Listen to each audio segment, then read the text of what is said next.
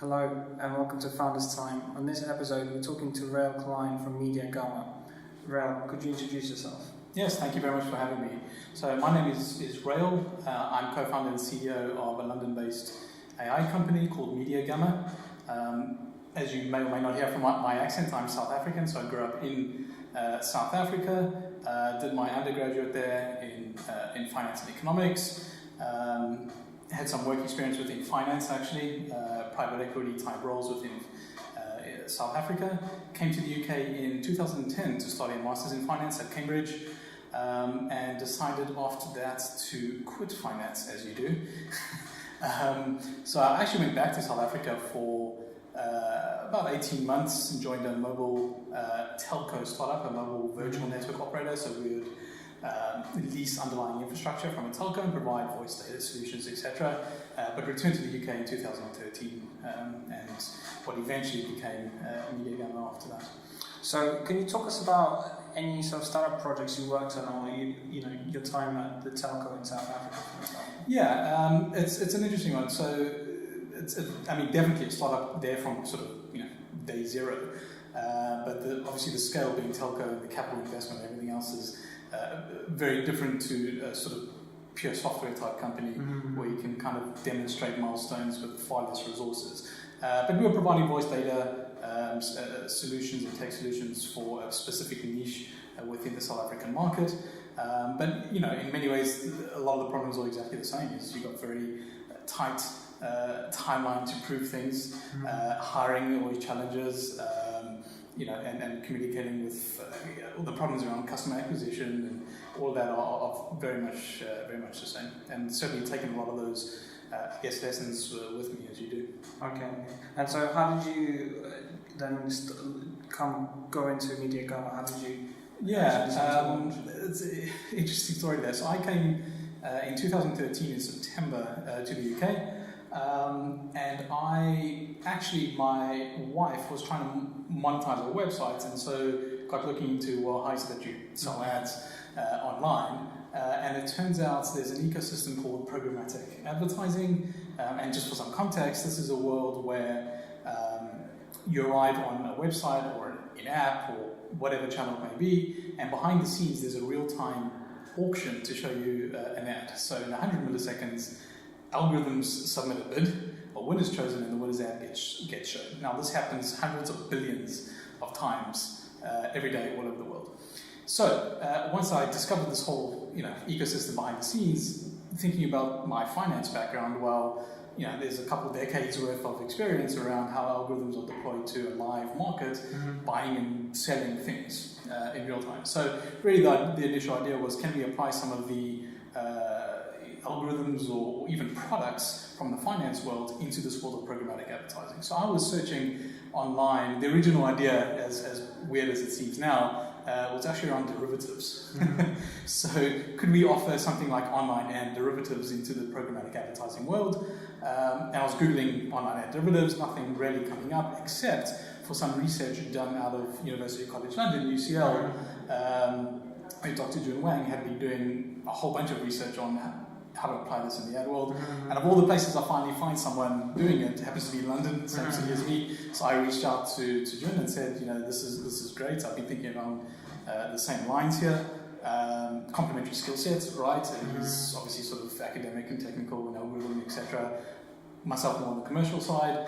And a long story short, the idea was to create MediaGamma off the back of not just his research, but a whole bunch of related research coming out of UCL in this specific area. And how did you approach it? Were you able to demonstrate a certain amount of research that you already done yourself on the commercial side? Yeah, it was an email, I guess, a sort of cold email, but these things are always best discussed face to face, right? Yeah. So it's an email, just let's go for a coffee or a beer or whatever it is. Obviously demonstrating that I had looked into this and I'm looking to commercialize it. I'm looking for new things to do, etc. It was a good time for me to do that as well. And it turns out he had actually been looking for a number of ideas from his research to actually commercialize them. So the timing was actually pretty good from both of our sides.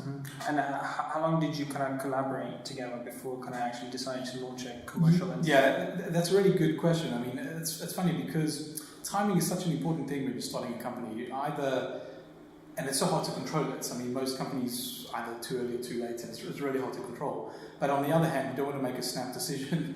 You really want to get to know someone.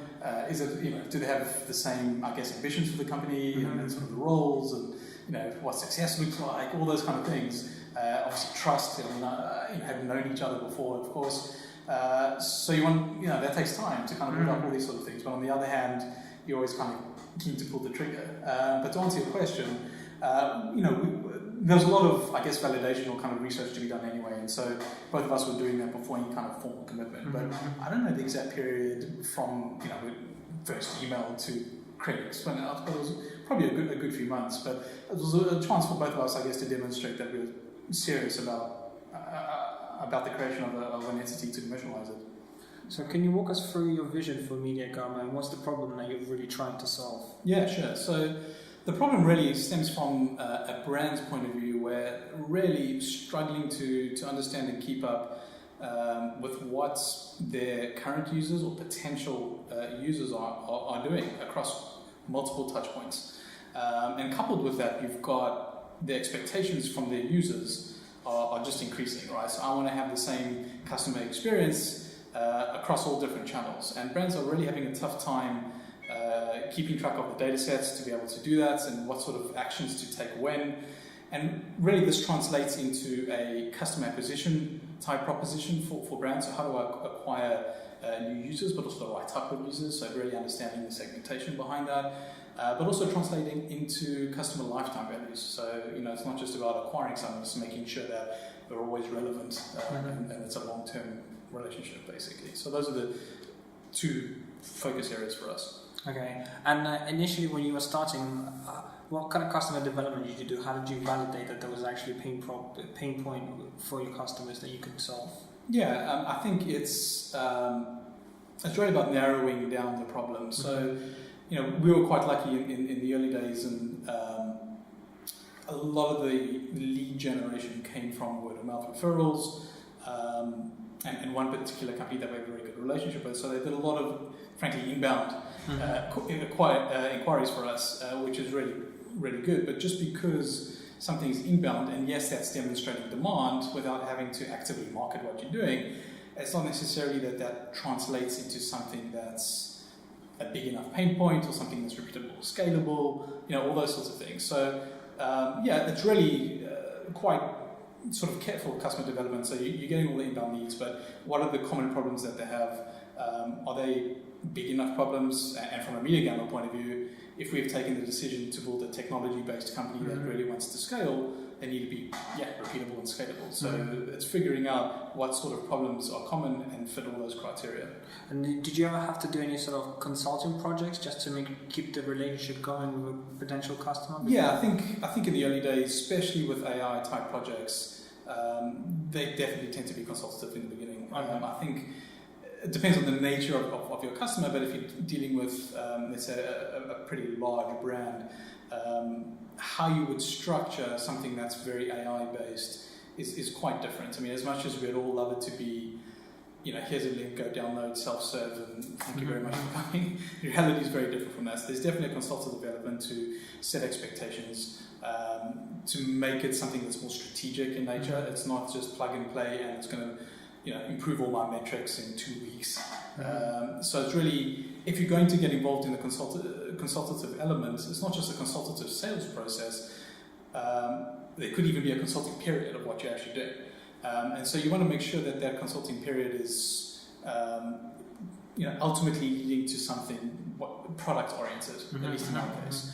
So yes, I'm prepared to do some sort of consultative element, but ultimately you need to understand that if it's successful, this is what the relationship's going to look like afterwards, and you need to set those expectations up front. And since MediaGamma is a spin-out, how is that different from a normal startup, and does that put any constraints on the things you can do? Short answer is no. By spin-out of UCL, what that means is we're a completely separate, independent entity. So UCL, via one of its venture capital funds, put in money obviously in exchange for equity, and it's just like any other shareholder in the company. So it really comes down to what we want to make of that. one of the hardest problems, I guess, for AI startups is attracting AI talent. And we have multiple engagements with UCL, really, really good relationships. And this means everything from sponsoring PhDs, which we do. It means obviously on the internship side, it allows us to, in a way, do some sort of outsourced R&D, right? So relative to other AI companies of our size or at our stage, we've got UCL to lean on with that. And I think as well, when you want to attract some of the best AI talent, it's often important that they have an opportunity to contribute to some of the research in some ways as well. And so all these elements really make a spin-out relationship really, really useful for us. Can you give any examples, specific examples of AI you're actually using in the company? Yes, sure, absolutely. So one of the products we offer in the programmatic advertising world that I outlined earlier is we would write or take care of the algorithms that are used for customer acquisition in this whole bidding process. So these are purpose-built algorithms for a particular brand, fitting in with their goals or customer acquisition cost, etc. And so the goal is ultimately to acquire a customer. And so there are multiple levels of this. I mean, although we submit a bid in these auctions, there are at least 3 algorithms going on in the background. Number one would be what we call user response prediction. So really, given that someone's on this website, how likely are they to download something or click on something or purchase something or register, take some sort of action? And that's typically a probability. The second part of it is, what is the bid landscape or the market actually look like now? How competitive is it? All those kind of dynamics. And the third part is, given 1 and 2, what is the actual price that we should submit? So these are all very separate or distinct algorithms, basically, to be able to do that. Another just very quick use case would be, let's say on the e-commerce side, around product bundle recommendations. And there's various goals there. I mean, is it around increasing a basket size, or just sort of maximizing the price, or kind of retention use cases? So there's a recommendation side, but also just sort of pricing, basically. Okay. And when you're building these systems, how much of the technology and software how much of it is proprietary, open sourced, or like third-party providers, for example? Yeah, sure. I mean, AI in particular is extremely open. The libraries, a lot of the algorithms, frankly, a lot of the algorithms people are using now have been around for decades. So all that kind of stuff is very, very open. In terms of the proprietary stuff, in this programmatic advertising world, for instance, we have to respond to a few 100,000 requests every second, and each one has to be in 5 milliseconds. So how do you build up an infrastructure that's robust enough and can scale? And yes, most, I guess, startups are built on very much open source and open tools, etc. But in terms of kind of connecting the dots and making a model factory, as it were, that would be the MediaGamma side. And the other part of it, I think, is there's still quite a lot of judgment when you're building the algorithms. So, it's very much largely an automated process, but particularly in the beginning, definitely requires human judgment still to do that. So the know-how of the individual, I think, is quite important.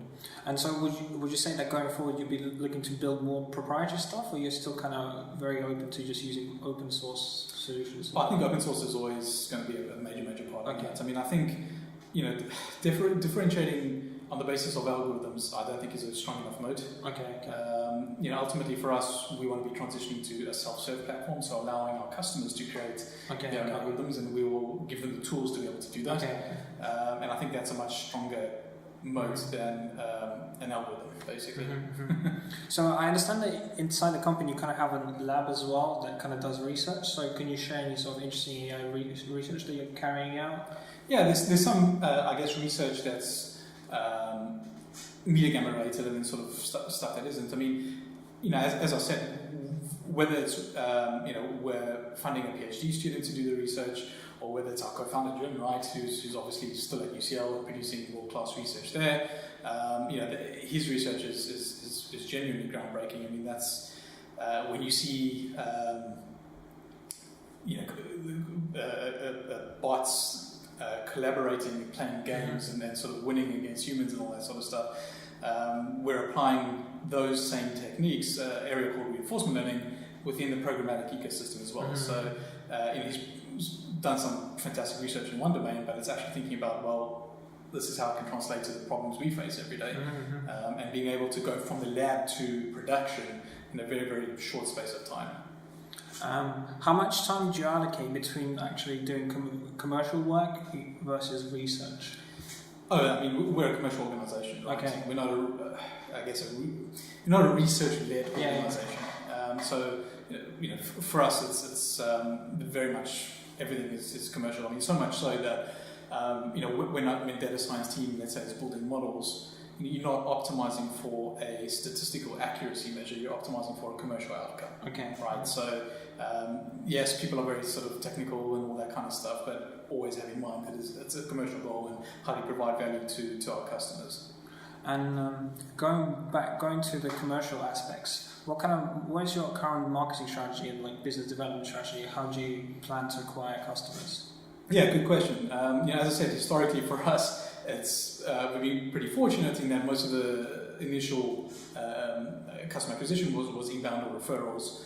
Off the back of that, showing some good results. We've now done earlier this year we did a £2 million VC-backed financing, and obviously having to rethink our strategy to be more outbound. And so we're a B2B business, which ultimately means understanding what the sales cycles are like, understanding that the end user is probably not going to be the person who makes the purchase decision. So when you're positioning the product or the sales or customer acquisition strategy, there's probably a bottom-up and a top-down approach to get some adoption with our products from sort of bottom-up, but then also kind of top-down. But it's regular channels around content marketing and conferences and contributions to meetup groups and events, etc. as well. Do you have any recommendations for some like an early stage startups in the B2B space? How should they go about getting their foot through the door of trying to secure that first kind of client or just trials with a large business? Yeah, you can be pragmatic about these things. I think as well, if you're proposing an AI-based solution, a lot of problems don't have to be solved by AI, yes, and a lot of the gains from an AI solution could actually be on the automation side. Do something that's low risk, probably back office or something, but demonstrate value that way. Focus the type of task very, very narrowly, and being able to build off those successes, and you need to build trust. If a large corporate hasn't engaged with you before, it's very hard to get hold of the data sets, often very sensitive data, for you to kind of run a whole bunch of experiments with. And so start off very narrow, kind of low risk, prove your value, build up the trust, and then you can kind of move into that. One of the nice things about these type of solutions is you can often quantify your value add. You get access to the data sets where you can actually quantify extra revenue or time saved or cost saved and things like that, and being able to demonstrate that is key for sort of follow-on projects like that. Okay. And looking at MediaGamma now, what kind of are the biggest challenges you're currently facing, and how are you trying to overcome them? Yeah, I think all issues related to scaling, right? Finding out, and that's, as you mentioned before, that's your customer acquisition strategies and new things we have to think about now. We've got the initial kind of adoption and inbound stuff happening, which is great, but how do you really accelerate that? Hiring is always a challenge, particularly in London right now. And of course, we're spinning up of UCL's computer science department, so getting data science may be slightly easier for us, but engineers and commercial people, etc., that's always difficult. Scaling the technology, right? We can make this work for as it is today, but what does it look like at 100x or something like that? So I think and culture as well. Like how do you your initial values and the way you go about doing things. Again, what does that look like when there are 100 more people there or something like that? So trying to think about those, which are obviously, I guess, longer term considerations, but in terms of challenges, I mean, you're facing these very much day to day or hour by hour as well. Is that there's customers on the trial, how do I ensure that they convert, for instance, right? What can we do to make sure that actually happens? So for me, it's very much jumping around day to day, very short term oriented stuff, but also thinking about the longer term. Okay, and as you're thinking about scaling, are you still trying to run different sort of projects on the side to see if there are any like new revenue streams that you could probably identify? Oh, absolutely. We're still a young company, and I think as long as you have the infrastructure and the people that enables this sort of environment, then I think it's very, very important to always be experimenting with that. So granted, we can sort of punch above our weight in some ways, which is we can lean on UCL for some of the resources to help us with that. But I think that's extremely important. I mean, it's what you start off doing often is not what you end up doing, right? So keeping options open, I think, is important. But, and this is the sort of paradox, is you have to be absolutely laser focused on, for instance, for us, we've got a milestone where we want to be in sort of 12, 18 months, and say a product roadmap or revenue goal, whatever it may be. We need that in order to, let's say, secure another round of funding to help grow the business. And so you need to be laser focused on doing that. So it's really, a trade-off. You can't lean too heavily on just running a whole bunch of experiments all the time. So it's really, it's a tricky one. But the nature of AI is so much has to do with running a whole bunch of experiments very quickly with very quick feedback loops. Figuring out what works, what's commercially viable, what scales, and kind of running with that. So those are the two things you're juggling. And looking back, can you share any mistakes that you've made and kind of what you've learned from them? Yeah, sure. I'd say one is certainly on let's say customer acquisition. Really qualifying and thinking through what sort of customers you want. It can be tempting. You're under pressure. Say when they're just too, right? You're kind of right at the beginning. You want to demonstrate that the technology works, and so you would, let's say, take a project to demonstrate that. But ultimately, you could have done a much better job of qualifying, setting expectations in the beginning of what the relationship, let's say, would look afterwards, or maybe they're not set up for an AI project. The data is not in good shape, and you spend three-quarters of your time, or even more, getting the data in shape as opposed to improving the technology work. So, asking or being stricter around the qualification of the types of customers to prove your use case, I think certainly could do a better job, and that goes to even sort of previous companies, etc. And you always tell yourself, "I will make that error again," but it's quite often. But would you say you have a choice? Because usually when you're very early there's always an opportunity cost. So yes, it's incredibly tempting to be they demonstrated that they're going to pay for it, and that's great, and that's fine. But ultimately, you could have wasted a whole bunch of time where if you actually spent that time looking for an alternative customer that's a better fit, that probably would have been time better spent. But if there's an offer on the table immediately, it doesn't have to be a lot of cash, but some cash, which is already demonstrating someone's prepared to pay for, just for an experiment or a trial, that's valuable. It's very tempting to take that, but can often be the wrong decision in the medium term, sure. And when you're looking at the next project you're going to do, for example, how are you thinking about this? How are you thinking about opportunity cost? How do you kind of assess? Should you allocate that time to this project or not? Great question. I mean, for us, it's firstly there's a question of, is this a problem that AI is uniquely positioned to solve? Does, for instance, the customer view this as something strategic? Right, you need quite a bit of patience for these projects, ROI of these projects. There's technical, I guess, qualification in terms of data integration and data sets, are they in good enough shape, and all that kind of stuff. Is it really a very big pain point for the customer? And if it works, what does the relationship look like afterwards? I mean, are they viewing this as a consultancy project? Are they viewing this as a sort of ongoing, more, let's say, SaaS type, relationship? Is this a problem that's shared across a whole bunch of other similar companies, etc.? Is it repeatable, scalable? So I mean, there's a whole bunch of criteria like that as well that we'll go through. Okay. So what would you say are your short-term goals right now?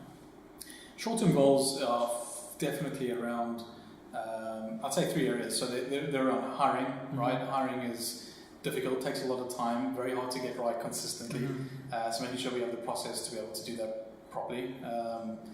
Currently hiring, I think, for about 4 or 5 roles, etc. So that's number 1. Number 2 is customer acquisition. Again, how do we qualify and get the funnel going.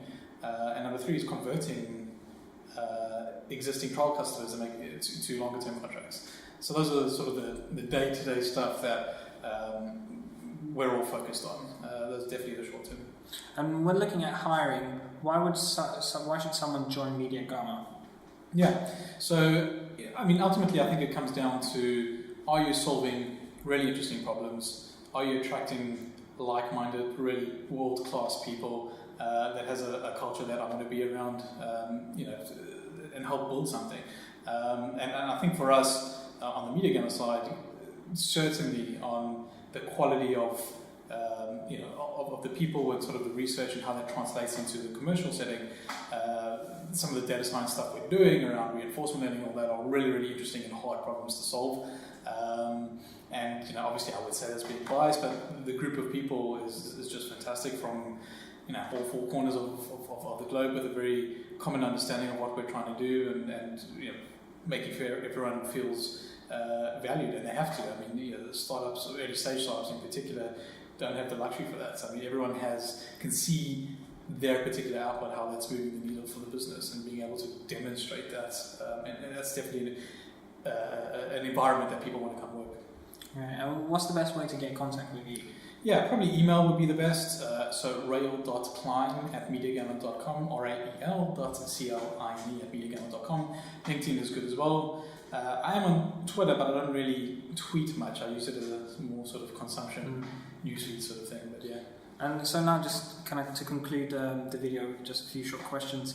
Would you say you ever be done with building the AI sort of algorithms? Like, and when you build the ultimate algorithm, what would be next? Yeah, sure. So, I mean, the short answer is definitely no. But I think in a way it's almost the wrong thing to be optimizing for anyway, right? So, if you're a commercially focused organization, hypothetically, if you're 90% accurate for something, becoming 91% accurate, are you really providing that much business value to put so much resources to increase the accuracy by 1%? Probably not. So really it's trying to understand, where you can move the needle, and it's probably not going from 90 to 91%. So optimizing for the most accurate algorithm is I would say, just the wrong thing to be focusing on. The second part of that is I think it's incredibly risky to be building a business based on an algorithm. I mean, Google's done it, and that's probably a huge anomaly, but I think it's very, very difficult to do that. And so you need to find other modes to be able to have a defendable proposition. Okay. What would you say has been the biggest highlights since starting to work on MediaGamma? Yeah, sure. I think the moment where you have a first customer contract signed is always a really special moment. That's a validation of what you're doing. You've proved value. You've gone through a trial. Demonstrated sales process, all that sort of stuff, and that's really a wonderful moment. But also on the hiring side, I mean, if there's people that you really want to be hiring and they're joining to help, join your mission, etc. I think that's an enormously satisfying moment, and seeing the people there fulfill their sort of professional development goals is massive. So yeah, those two things. Okay, cool. All right. Well, thank you everyone for watching our videos. Make sure you subscribe on YouTube, follow us on Facebook and Twitter, and Medium. Rael, thank you very much. Brilliant. Thank you very much. A pleasure. And we wish you all the best. Much appreciated.